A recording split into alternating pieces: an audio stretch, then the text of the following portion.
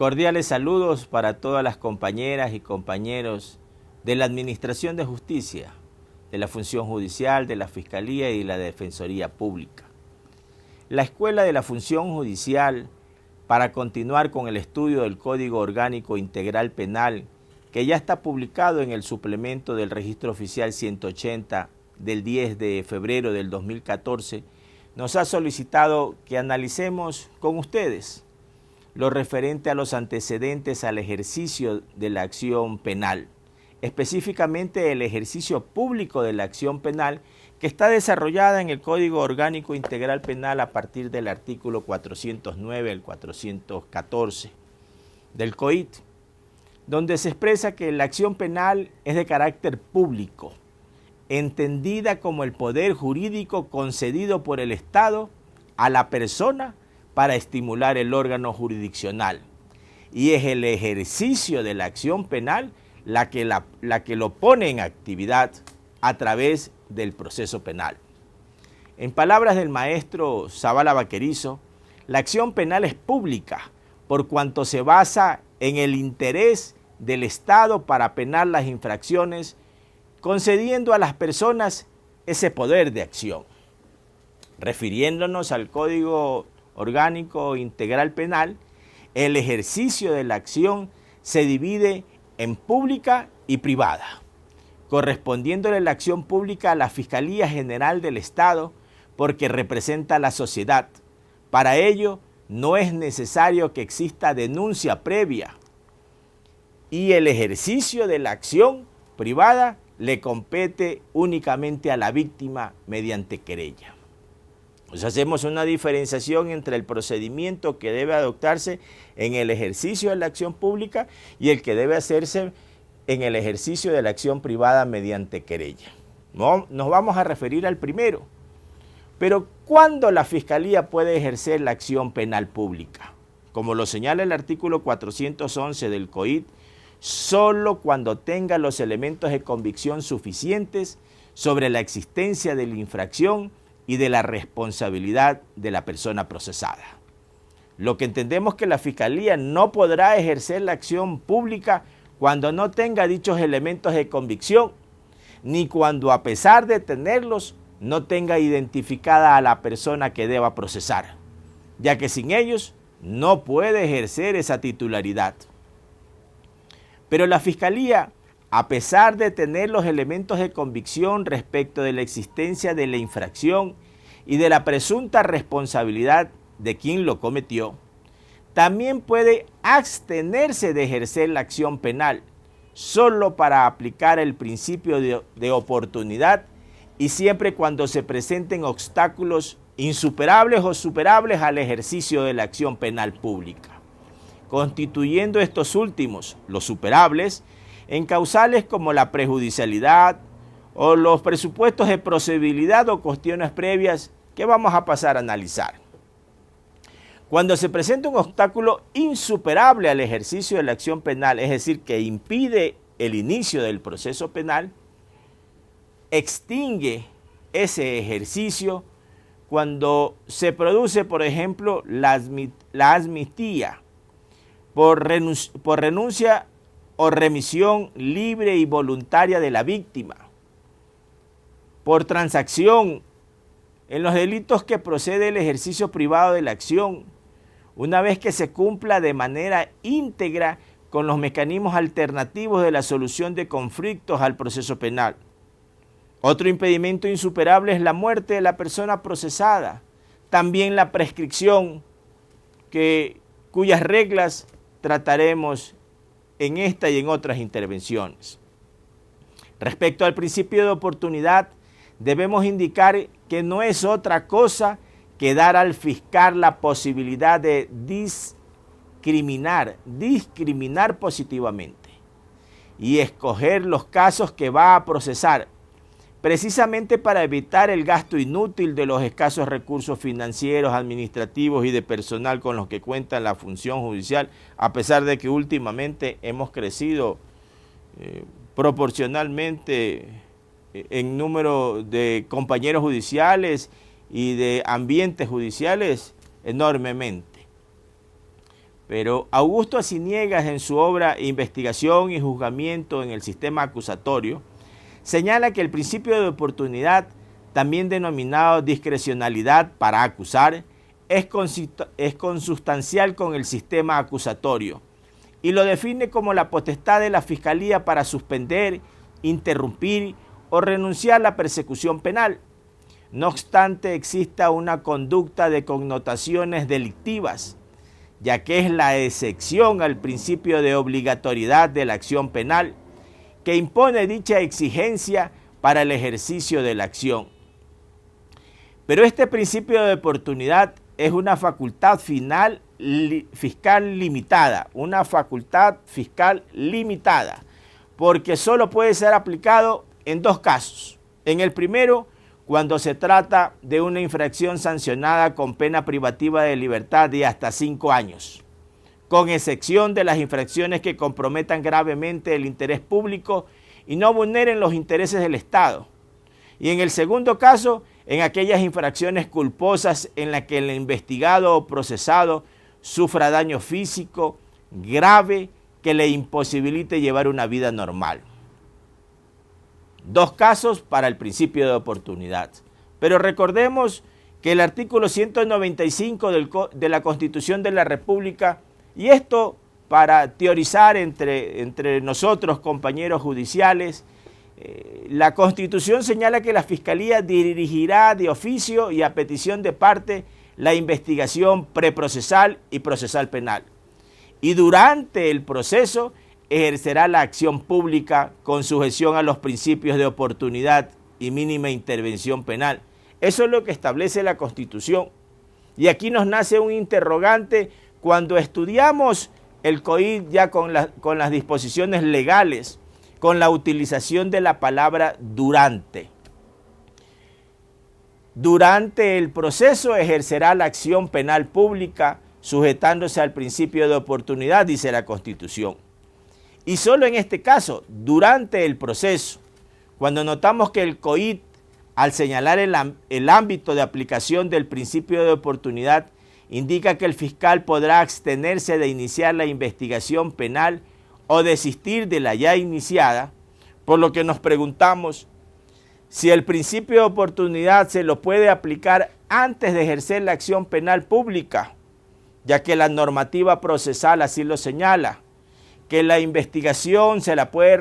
puede realizar el fiscal es antes del proceso, en la fase de investigación previa, o durante el proceso en la primera etapa, conocida únicamente como instrucción. Lo que debemos entender y aplicar es que el principio de oportunidad lo puede ejercer la Fiscalía en la fase de indagación previa, es decir, no inicia el proceso penal, o durante la instrucción fiscal. Precisamente este principio de oportunidad constituye una excepción para la Fiscalía en el ejercicio de la acción penal pública. También destacamos el hecho de que el principio de oportunidad solo puede aplicarse en infracciones culposas, por ejemplo, accidentes de tránsito, en las que el investigado o procesado sufra un daño físico grave que le impida llevar una vida normal. Y esto lo destacamos para hacer una diferencia con lo anterior, con el Código de Procedimiento Penal del 2000 y sus reformas de marzo del 2009, donde se indicaba que también se lo podía conceder cuando los ofendidos de la infracción culposa fueren también su cónyuge, su pareja y familiares comprendidos hasta el segundo grado de consanguinidad. Esta parte ya no está prevista en el COID. Solo para quien sufre un daño grave en la infracción, ya no sus parientes o su cónyuge. Pero el fiscal no puede abstenerse de iniciar la investigación penal en los casos de delitos por graves violaciones de los derechos humanos y delitos contra el derecho internacional humanitario, contra la integridad sexual y reproductiva, delincuencia organizada, violencia contra la mujer o miembros del núcleo familiar, trata de personas, tráfico de migrantes, delitos de odio o de sustancias catalogadas sujetas a fiscalización, contra la estructura del Estado constitucional de derechos y justicia. En estos delitos, el fiscal no puede abstenerse de investigar, es decir, no puede aplicar el principio de oportunidad. El trámite para la aplicación de la oportunidad está descrito en el artículo 413 del COIT, señalándose lo que se lo realizará en audiencia convocada por el juzgador, a pedido del fiscal, en la que las partes deberán demostrar que el caso cumple con los requisitos legales exigidos, es decir, que la infracción no sea sancionada con una pena privativa de libertad mayor a 5 años, ni que esté comprendido entre los delitos que comprometen gravemente el interés público, que no vulnere los intereses del Estado, que no sea de los delitos en los que se pueda aplicar el principio de oportunidad que hemos señalado anteriormente. Respecto a la víctima, se le notificará para que asista a la audiencia, pero no será obligatoria su presencia. Quien de concurrir puede oponerse a la aplicación del principio de oportunidad solo en los casos señalados. Pero de concederse y declararse extinguido el ejercicio de la acción penal, a la víctima no le perjudica, ni limita, ni excluye su derecho para perseguir por la vía civil el reconocimiento y la reparación integral por los perjuicios derivados del acto.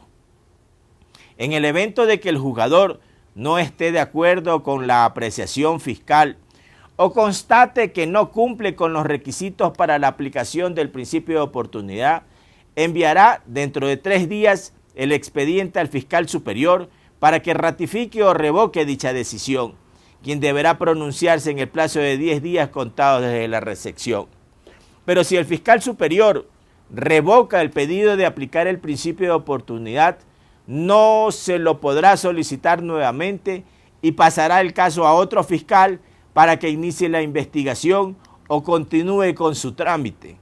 Pero si ratifica el pedido, regresará el expediente al juzgador para que declare extinguido el ejercicio de la acción penal, cuya decisión es irrevocable e inapelable. Dejando a un lado ya el principio de oportunidad, existen otros eventos en los que el fiscal puede abstenerse de ejercer la acción penal, y estos son cuando se presenten los impedimentos superables al ejercicio de la acción, como la prejudicialidad, los presupuestos de procedibilidad o también llamadas cuestiones previas. Nos estamos refiriendo a la prejudicialidad como el impedimento superable al ejercicio de la acción penal pública, que son aquellos en los que no se puede iniciar el proceso penal hasta que exista auto o sentencia ejecutoriado emitido por un juez civil que ordene el enjuiciamiento penal, por lo que hasta que no se produzca o se supere este impedimento, no se puede iniciar el proceso penal. El artículo 414 de las nuevas disposiciones del COIT señalan que en los casos expresamente señalados por la ley, si el ejercicio de la acción penal depende de cuestiones prejudiciales, cuya decisión compete exclusivamente al fuero civil, no podrá iniciarse el proceso penal antes de que exista auto o sentencia firme en la cuestión prejudicial. Es decir, que los casos de prejudicialidad que constan en la ley y no pueden ser aplicados o son los que forman parte del obstáculo para impedir el ejercicio de la acción. Pero estos casos no pueden ser creados por las partes ni por los juzgadores. Como ya lo habíamos indicado en nuestra investigación sobre la prejudicialidad que les ha llegado a cada uno de ustedes en la Administración de Justicia, en este artículo que me refiero al 414, no aclara la discusión jurídica que se ha mantenido por muchos años, ya que la práctica no lo ha solucionado, tampoco la jurisprudencia, existiendo serias contradicciones en su aplicación por parte de los administradores de justicia, o cuando es esgrimida según la conveniencia en cada caso por las partes o los sujetos procesales, manteniéndose con la nueva disposición las mismas interrogantes del pasado, de cuáles son los casos expresamente señalados en la ley, cuáles son los que deben ser considerados como prejudiciales, en qué momento se puede suspender el proceso para esperar la resolución civil, o si solo cuando se ha iniciado la causa civil se puede considerar como evento prejudicial, entre otras dudas que no han sido despejadas, por lo que en este ensayo vamos a hacer un análisis integral del Código Orgánico Integral Penal, con los nuevos elementos jurídicos y sus ramificaciones que estos implican. Por lo que en esta opinión vamos a hacer es una aproximación al tema sobre la prejudicialidad, precisamente para provocar el debate entre todos los operadores de justicia y abogados que estamos estudiando el código, cuya trascendencia es de vital importancia por el tema que estamos tratando como un impedimento superable al ejercicio de la acción, ya que el texto actual del 414 es el mismo texto que tenía el artículo 40 del Código de Procedimiento Penal del 2000. Pero encontramos que al referirse a los eventos prejudiciales, existe una disposición derogatoria que tenemos que analizar. Y nos preguntamos, ¿pero cuáles son estos delitos o eventos que deben ser considerados como prejudiciales? Y para ello tenemos que recurrir a la doctrina. En la doctrina de destacados juristas nacionales de la talla del doctor Zavala Paquerizo, del Mundo Durán Díaz, de Walter Guerrero, de mi padre Maximiliano Blum y otros que en sus obras han opinado al respecto, quienes coincidieron que los casos prejudiciales, según las disposiciones anteriores, son la falsedad de documento público, el concurso de acreedores o quiebra, la remoción arbitraria de prenda, la disposición arbitraria de bienes con reserva de dominio, el matrimonio en caso de rapto, la pena para el delito de colusión, el falso testimonio o perjurio, la declaratoria de malicia o temeridad de la denuncia o acusación particular y otros que deben aparecer de la revisión del COIP. Debemos también tener presente que la institución de la prejudicialidad es de vital importancia procesal, porque se refiere a un problema de naturaleza extrapenal que surge antes o en el desarrollo del proceso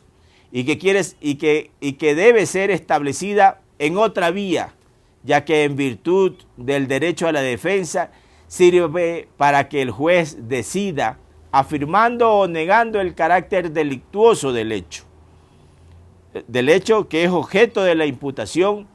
y resuelva si el proceso penal debe proseguir o debe ser archivado, porque si el juez civil considera que no existe el acto de la falsedad, no se podrá iniciar o continuar la causa penal por la ausencia de delito, ya que se puede reconocer como acto falsario cuando el mismo no puede tener un contenido penal. En la primera aproximación que hacemos, debemos recordar que decíamos que quien acude directamente ante el juez civil para que se dilucide si el documento es falso, ya constituía un evento prejudicial, impidiendo momentáneamente el inicio del proceso penal. Sobre la falsedad de documento decíamos que solo la falsedad material es la que es realizada en el documento público genuino y se puede comparar la copia con el original, es considerada como prejudicial, por lo que debíamos esperar el pronunciamiento civil para iniciar o continuar con la acción penal. También afirmábamos que la falsedad ideológica se la realizaba cuando estaba en construcción el documento y se le atribuía o incluía un acto falso. Y la falsedad ideal, que se subdivide en forjadura y falsificación, no eran casos de prejudicialidad. Es decir, que considerábamos que la falsedad material era prejudicial. la falsedad ideológica o ideal no era prejudicial, en cuyo caso la Fiscalía sí podía iniciar el proceso penal de acción pública sin que exista este impedimento al ejercicio de la acción. Pero ahora, como les decía, debemos analizar la cuarta disposición derogatoria que contiene el COIT, con la que expresamente se deroga el inciso final del artículo 180 del Código de Procedimiento Civil, en cuyo artículo dice,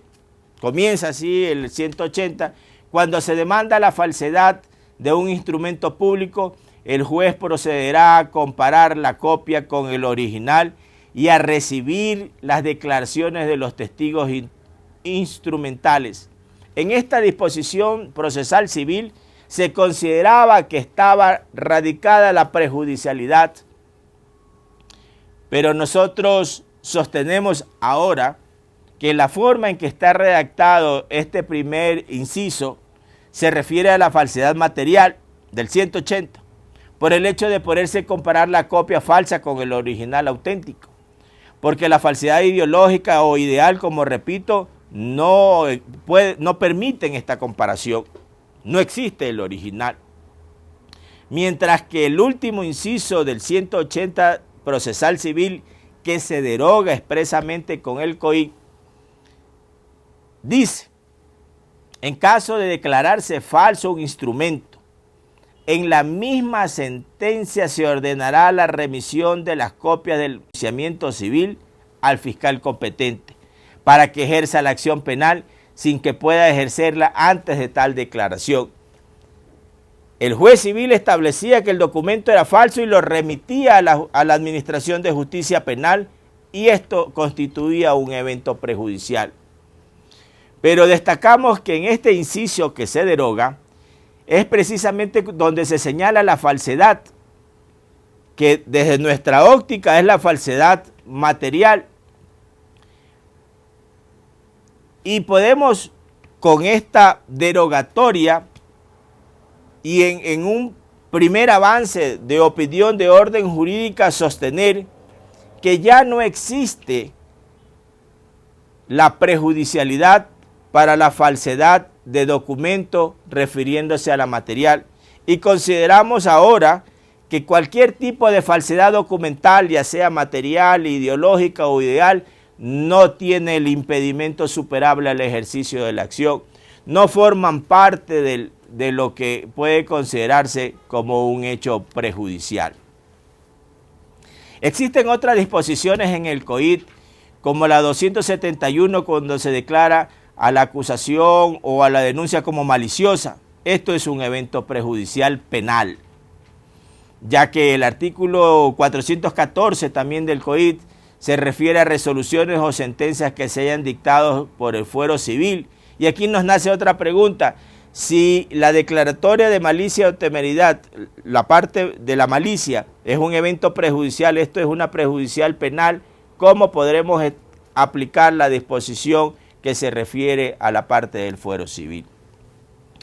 Otras disposiciones, como la del 299, numeral primero del COIT, que es una excepción a los hechos prejudiciales, porque expresamente dice que quien importe o exporte mercaderías con documentos falsos o adulterados para cambiar el valor, cantidad, calidad, peso, etcétera, no constituye un evento prejudicial. No deben ir al fuero civil. El artículo 205 del COIT es un caso de prejudicialidad, aunque no se lo diga expresamente, ya que se refiere a la insolvencia fraudulenta, porque para llegar a ella es necesario agotar la vía civil para que se termine el juicio ejecutivo, exista un mandamiento de ejecución incumplido para que se presuma una insolvencia fraudulenta y se lo remita al juez penal para la iniciación del proceso. En iguales consideraciones tenemos el artículo del 206 del COIT, que también es prejudicial al señalar la quiebra fraudulenta. Otra de las formas en la que el fiscal se puede abstener de iniciar la acción penal pública es cuando se presenten cuestiones de procedibilidad o cuestiones previas, y son aquellos que sin que se requiera un pronunciamiento de un juez en resolución firme, cuando la Constitución o la ley lo exija, tienen que previamente cumplirse estos presupuestos de procedibilidad para dar paso al proceso penal. Y a pesar de que los enumera en forma expresa el numeral segundo del artículo 411 del COIT, debemos remitirnos a la doctrina para identificar cuáles son los casos o presupuestos de procedibilidad, siendo esto la inmunidad, ya que se refiere al pronunciamiento previo que debe hacer la Asamblea Nacional para la ejecución de esta. El examen especial de la Contraloría General del Estado con determinación de la responsabilidad penal, señalándose en el último inciso del 581 del Código Orgánico Integral Penal, que para el ejercicio de la acción penal por los delitos de peculado y enriquecimiento ilícito constituye un presupuesto de procedibilidad que exista un informe previo sobre indicios de responsabilidad penal emitidos por la Contraloría General del Estado. También existen otros modos con los que se extingue el ejercicio de la acción penal que están señalados en el 416 del COIT y que brevemente lo hemos citado cuando tratamos en esta exposición lo referente a los impedimentos insuperables, entre ellos la prescripción, cuyas normas están señaladas a partir del artículo 417, que trataremos próximamente cuando continuemos con el estudio del Código Orgánico Integral Penal, ya que el tiempo ahora no nos los permite. Muchísimas gracias. Consejo de la Judicatura. Hacemos de la justicia una práctica diaria.